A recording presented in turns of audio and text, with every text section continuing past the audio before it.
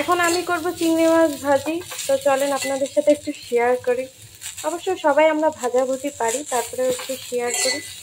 এখানে আমি পেঁয়াজ আর ঝাল নিয়েছি, সুন্দর করে কেটে বড় বড় করে কেটে নিয়েছি। সুন্দর। তারপরে একটু সরিষার তেল দিয়ে দেবো।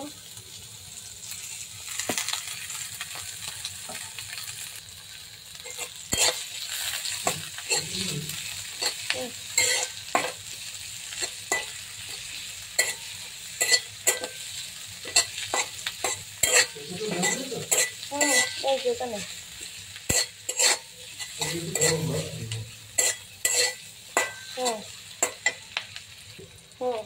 তারপরে এরকম ছুরির আগায় লবণ লবণ দিয়ে দিতে হবে। আসলে বাসায় চামচ নেই, তাই তো মানুষ আমার ভিডিও দেখলে বলবে যে কিছুই নেই তোমার বাসায়, শুধু শুনি নেই আর নেই, কবে হবে বলো, সেই দিনই তোমার ভিডিও দেখবো। দেখা যাচ্ছে তাই বলছে। পেঁয়াজগুলো একটু ভাজা ভাজা হোক, তারপরে যে চিংড়ি মাছটাকে দিয়ে দিব। এখন আমরা চিংড়ি মাছটাকে দিয়ে দিব।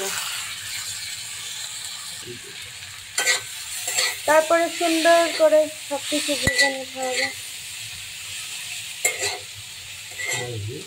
আর এই মাছের স্বাদ কিসে আসে জানেন? হাজবেন্ডকে দিয়ে মাছ বাসায় নিতে হবে। নিজে বাঁচলে স্বাদ পাবেন না, শুধু বরগুলোকে দিয়েই আপনারা মনে হচ্ছে কয়েকটা ডজন করে বরকে দিয়েই আপনারা এই মাছটা বাছিয়ে নেবেন। তারপরে যে এরকম ভাবে ভাজবেন।